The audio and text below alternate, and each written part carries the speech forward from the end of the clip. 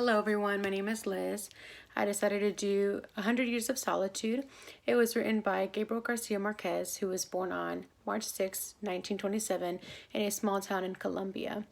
He is considered to be the best known Latin American writer in history and is one of 4 Latin American novelists first included in the literary Latin American boom of the 60s and 70s. He went on to author several books, with his most famous being 100 Years of Solitude, before dying in 2014 at the age of 87. So this book entails 7 generations to the Buendia family, starting off with Jose Arcadio Buendia and his wife, which is also his cousin. They were fleeing after he killed someone. Somewhere along their journey, they stop and Jose dreams of Macondo. Upon waking up, he decided to establish this fictional city. After years of isolation, it becomes exposed to the outside world and civil wars begin to take place. Throughout the book, there are several turning points which ultimately leave the city in a near-abandoned state. The last of the Buendia family member was able to decode a manuscript that had ancient prophecies and predictions that ultimately happened about the Buendia family over the 7 generations.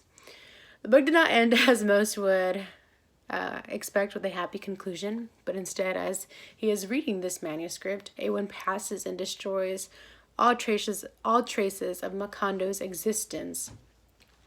This book is famously known for its magic realism. There is so much of it in this book, but it conveys a reality that incorporates the magic that superstition and religion infuse into the world.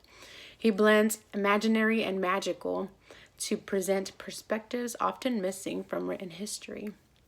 From some perspectives, fiction may be truer than reality, where unthinkable horrors may be a common sight and real life begins to seem like a fantasy that is both terrifying and fascinating.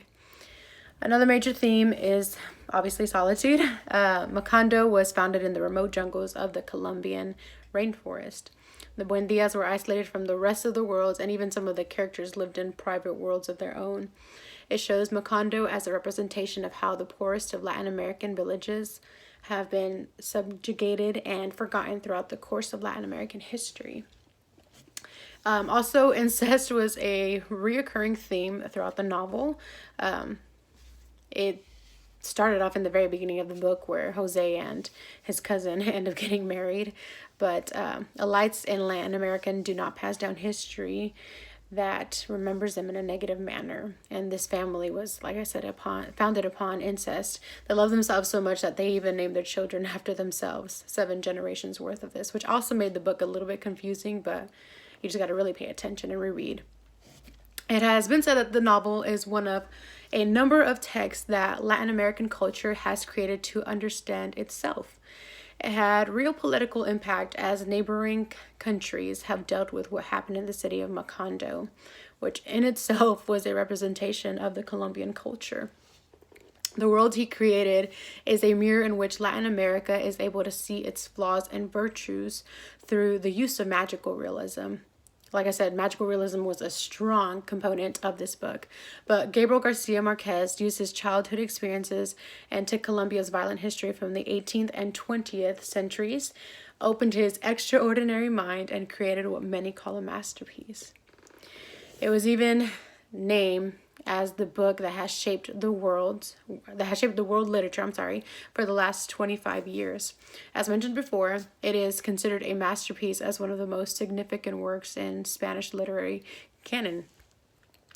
This novel allowed Hispanic American literature to reach the quality of North American and European literature, and were in terms of rich themes, linguistic innovations, and quality, which is a huge step in the literature worlds, especially for the Latin American culture. Truly, it is a book that is full of literary expression, unlike something I have personally never seen before, other than the Bible. But in this book, every page is full of life and imagination, and y'all should definitely give it a read for yourselves. I think you guys would truly enjoy it. Thank you.